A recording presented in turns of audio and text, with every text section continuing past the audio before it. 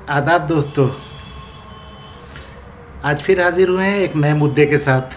जैसा कि आप लोगों को खबरों से पता चला होगा कि अंबेडकर नगर में एक सभासद पिटाई कांड हुआ था। बहुत बहुचर्चित था। लखनऊ तक उसकी गूंज आई थी क्योंकि सत्ता पक्ष के अध्यक्ष महोदय थे, उनके द्वारा ये घटना की गई थी, इसलिए लोगों ने उसका संज्ञान लिया और दूर तक बात गई। नई खबर उसमें ये है कि 31 तारीख को 8 बजे रात को प्रथम सूचना रिपोर्ट दर्ज कर ली गई। अब इसमें नई खबर क्या है भाई? जब कांड हुआ था तो एफआईआर तो दर्ज होनी ही थी। नई खबर ये है कि दोनों पक्षों की तरफ से एफआईआर दर्ज कराई गई है और पुलिस ने दोनों पक्ष की तहरीर लेके एफआईआर दर्ज कर ली। अब कहेंगे इसमें कौन सी नई बात है? अक्सर क्रॉस केस होता है। नई बात यह है कि दोनों पक्ष की तरफ से SC/ST लगवाया गया है, जबकि एक तरफ पीड़ित जो है वो SC/ST था, उसका तो पता है कि चलो उसके मामले में लग सकता है। लेकिन दूसरी तरफ से जो अध्यक्ष महोदय ने तहरीर दी है वो तो बेचारे गुप्ता हैं, वो सामान्य जाति में आते हैं, उनके पे तो एफआईआर नहीं हो सकती, ये SC/ST वाली धारा नहीं लग सकती, लेकिन लगी है। उसके बारे में जब पुलिस से पूछा गया तो पुलिस ने ये बताया कि तहरीर में नाम तो नहीं है, लेकिन अध्यक्ष महोदय ने जो तहरीर दी है उसमें कहा है कि जब वो गुस्सा हुए और बोर्ड की बैठक से इनको निष्कासित कर दिया और उन्होंने कर्मचारियों को आदेश दिया कि इन लोगों को बाहर करो, तो जो कर्मचारी लेके इनको बाहर जा रहे थे उन्हें इन लोगों ने जाति सूचक शब्द कह के गाली दी। उसमें से कुछ कर्मचारी दलित थे। तो जब पूछा गया कि उनका नाम क्यों नहीं इसमें, तो बोले कि वो अध्यक्ष जी की मर्जी पे थे, उन्होंने नहीं देना चाहा। रिसर्च में यह आया कि अभी कोई दलित तैयार नहीं हुआ है, सेटिंग नहीं पूरी हो पाई है। जब वो तैयार होगा तो उसका नाम डाल दिया जाएगा, विवेचना भी डाल देंगे। अगर नहीं डाले तो ये तो एफआईआर ही ख़त्म हो जाएगी, इसका कोई मतलब ही नहीं। तहरीरदाता सामान्य जाति का और एफआईआर में SC/ST लगा हुआ है। अब प्रकरण ये आता है कि इसकी शुरुआत कहाँ से हुई। रिसर्च तो इसी बात की करनी थी, शुरुआत कहाँ से हुई। तो जो विनोद कुमार सभासद हैं, इनके बारे में पता चला कि ये RTI भी डालते हैं, सूचनाएं भी मांगते हैं। तो पिछले 31 अक्टूबर को कुछ रजिस्टर्ड डाक से पत्र गए थे, पोस्टमैन लेके गया था, तो वहाँ पे जो बाबू रिसीव करते हैं उन्हें दिया उसने। तो उन्होंने कहा कि रुकिए हम पूछ लें। किसी साहब से उसने फ़ोन लगा के पूछा तो साहब ने कहा एक ले लीजिए, 2 वापस कर दीजिए, तो वापस कर दी गई। उसकी शिकायत हुई तो पोस्टमैन ने लिखित में दिया कि हम गए थे वहाँ पे, लेकिन उन्होंने लेने से इनकार कर दिया। जबकि ईओ महोदय और जो बाबू हैं उन्होंने लिखित में दिया कि पोस्टमैन 31 तारीख को हमारे यहाँ आए ही नहीं थे। इस प्रकरण को लेकर विनोद ने RTI डाले या जन सुनवाई जो भी रहा हो, और उन्होंने ये कहा CCTV रिकॉर्डिंग देखी जाए कि पोस्टमैन आए थे या नहीं आए थे। पोस्टमैन का कथन सही है या ईओ महोदय जो लिख के देते हैं कि पोस्टमैन नहीं आए थे वो सही है। मामला गंभीर था क्योंकि पोस्टमैन आए थे, वहाँ के रिकॉर्ड में एक रजिस्टर्ड डाक प्राप्त करना अंकित है। अब इसको इनकार कर नहीं सकते, यहाँ मामला फंस गया। विनोद ने CCTV रिकॉर्डिंग मांगी थी, उसके बाद सुनने में आया कि CCTV रिकॉर्डिंग बंद कर दी गई कि कोई रिकॉर्डिंग यहाँ नहीं होगी, मामला फंस जाता है। इस घटना के बाद CCTV रिकॉर्डिंग बंद कर दी गई। जब 28 तारीख को बैठक थी तो वहाँ विनोद ने फिर मांग की कि रिकॉर्डिंग क्यों बंद है भाई, सदन की कार्रवाई यहाँ रिकॉर्ड होनी चाहिए। तो अध्यक्ष महोदय बोले कि आप चुप रहिए, जो हो रहा है होने दीजिए। तो विनोद ने अपने मोबाइल से रिकॉर्डिंग चालू की। अध्यक्ष महोदय ने फिर उनको डांटा कि आप रिकॉर्डिंग नहीं कर सकते। वो नहीं माने और वो चलता रहा दोनों लोगों का आपस में। फिर बात गाली गलौज तक आ गई, हाथापाई तक आ गई। वो सब रिकॉर्डिंग है, उसमें अब कुछ बताने वाली बात नहीं है। मारपीट के बाद विनोद चले गए थाने, तहरीर दी। सत्ता पक्ष की बात थी इसलिए तहरीर पे कोई मुकदमा दर्ज नहीं हुआ। दोनों तरफ से दल बल के साथ लोग पहुँचे और दबाव डाला गया, नहीं तहरीर हुई। समझौते का दबाव हुआ लेकिन समझौता नहीं हो सका। फिर चले आए वो घटनाक्रम बढ़ता गया, लेकिन वो हाईलाइट था मामला, वो रिकॉर्डिंग थी, पुलिस उसको इनकार नहीं कर सकती थी। बाद में यही हुआ कि दोनों तरफ से दर्ज कर लिया जाए, सेम मुकदमा दर्ज हो ताकि समझौता आगे चल के हो जाए।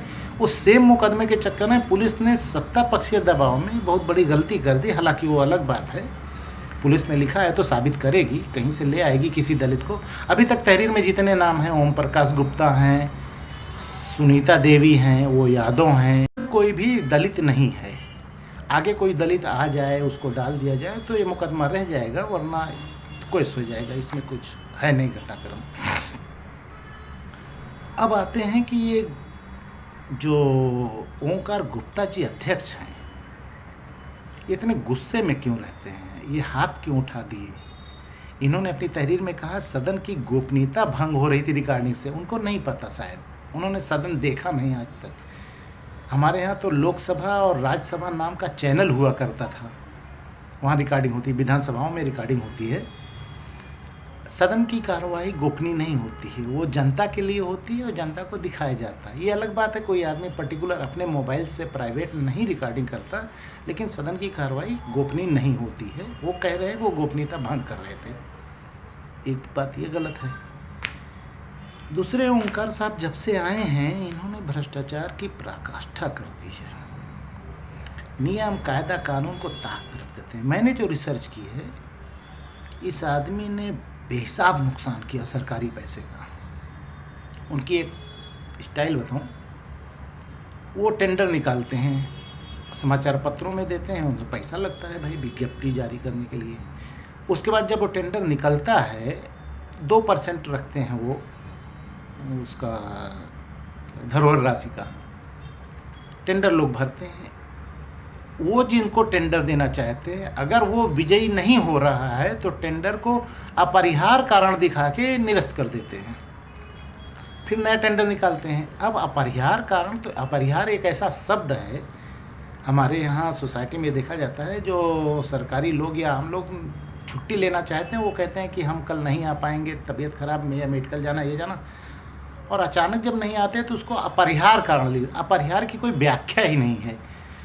तो ये लोग टेंडर में भी कहते हैं अपरिहार्य कारणों से टेंडर निरस्त कर दिया गया। चलो भाई ठीक है, नया टेंडर निकालते हैं तो अपरिहार्य कारण उसमें से कट करना पड़ता है कि पुरानी विज्ञप्ति में कुछ तो संशोधन करो। तो ये क्या संशोधन करते हैं, पिछली बार जो टेंडर निकला था उसमें धरोहर राशि 2% थी, अब की बार 10% हो गई।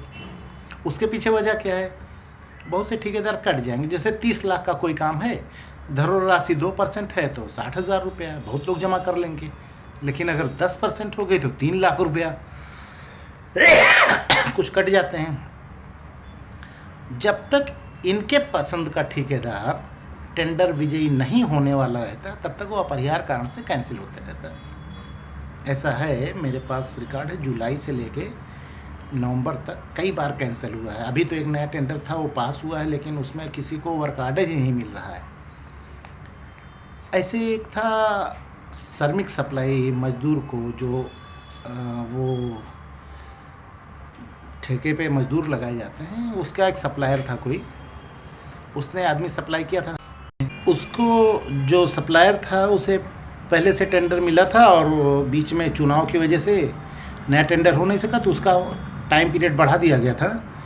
तो अध्यक्ष महोदय ने उसे 12 लोगों का नाम और दिया कि इनका भी वेतन दे के हमें बिल प्रस्तुत कीजिए। तो ठेकेदार ने कहा कि नहीं सर, इन्हें हम जानते नहीं, इनका वेरिफिकेशन नहीं करा, इनका पीपीएफ अकाउंट नहीं खोला, हम इन्हें नहीं दे सकते। अध्यक्ष महोदय गुस्सा हो गए, उन्होंने कहा तुम्हारा काम निरस्त कर देंगे। अच्छा, नियमानुसार निरस्त कर सकते हैं वो, क्योंकि जो टाइम पीरियड बढ़ाया गया है उसको कभी भी बोर्ड की बैठक करके निरस्त कर सकते हैं। तो और ठेकेदार का वो निरस्त करके नया उन्होंने टेंडर निकाल दिया। लेकिन यहाँ गलती कर दी है, उन्होंने नोटिस नहीं दिया था ठेकेदार को कि हम आपका निरस्त करते हैं। वो ठेकेदार कोर्ट चला गया, कोर्ट ने इन्हें नोटिस दिया कि आपने उसे सूचना क्यों नहीं दी थी। आनंद फानन में इन्होंने एक फर्जी लेटर वहाँ कोर्ट में लगा दिया कि हमने इनको लेटर दिया था, इनके घर पे चपरासी लेके गया था, इन्होंने लेने से इनकार कर दिया। ठेकेदार ने वहाँ अपने घर की सीसीटीवी रिकॉर्डिंग दिखा दी कोर्ट में कि साहब ये आए नहीं थे कभी, हमें इसके पहले जब भी मेल से देते हैं, व्हाट्सअप देते थे, रजिस्टर्ड डाक से देते, पहली बार इन्होंने कहा चपरासी भेजे हैं, लेकिन हमारे यहाँ कभी कोई चपरासी आया नहीं। कोर्ट गंभीर हो गई, उसने इनको नोटिस मारा। अब ये बेचारे फंस गए। लेकिन इन्होंने किया, नया टेंडर जो निकाला तो उसमें एक गड़बड़ी कर दी। मजदूरों की सप्लाई के जो टेंडर निकाला उसमें उन्होंने मिनिमम 8% कमीशन रख दिया, जबकि पिछला ठेकेदार 4.5% पे काम कर रहा था। तो 8% अगर कर तो 3.5% वैसे सरकार को नुकसान हो जाएगा। उसकी शिकायत गई तो वो टेंडर अपरिहार्य कारण दिखा के निरस्त कर दिया उन्होंने। फिर टेंडर निकाला, उसमें 2% कहा कि मिनिमम 4% रहे, जो भी रहे मिनिमम कुछ क्वांटिटी जो रहे डालें। टेंडर लोगों ने भरा, 9% पे काम दिया किसी को। ये सीधे 4.5% नुकसान हो गया नगर पंचायत को। अब 20 लाख रुपया अगर महीने की मजदूरी जाती है तो 1,80,000 रुपया हो गया कमीशन। और पहले 20 लाख रुपए पे 80-85,000 रुपया था, तो 1 लाख रुपया महीना इनकी वजह से नुकसान हो गया। इसकी शिकायत देने पे फिर गुस्सा हो गया हजरत। वो कहते हैं हमें अधिकार है भाई, हमारी सरकार। एक तो उनसे जब भी कोई बात करो वो कहते हैं हमें अधिकार है, हमारी सरकार है, केंद्र में भी हमारी सरकार, राज्य में भी सरकार है, तो मैं जो चाहूँगा वो करूँगा, मुझे कोई रोक नहीं सकता। ये उनका अहंकार है, समस्या है उनके साथ, थोड़ा सा चलता है। अभी एक टेंडर और उन्होंने निकाला, नगर पंचायत को 40 लाख से ज़्यादा का काम नहीं करना है, रोक है, 40 लाख से ज़्यादा की स्वीकृति नहीं मिलती।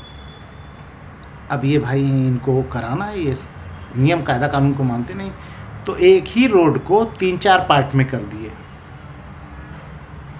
40 लाख से कम के कई पार्ट करके उन्होंने टेंडर निकाल दिया। अब उस पर ऑब्जेक्शन हो गया कि ये तो नियम का वायलेंस है, नहीं पास हो सकता। उसमें फिर वो दिखाने लगे, जिसके पास भी शिकायत गई उसको ये बताते हैं हमारी सरकार है, हमारी सरकार, यानी ये सरकार है, हम जो चाहें वो करें, हमें कोई रोक नहीं सकता। तो मामला यहाँ आके फंस गया। तो अब ये पता चला कि ये जितनी प्रक्रिया हुई है, जितनी जानकारियाँ हुई, जितनी शिकायतें हो रही हैं, या जो भी वहाँ से ऊपर आ रही चीज़ें, इन सब के पीछे विनोद कुमार हैं।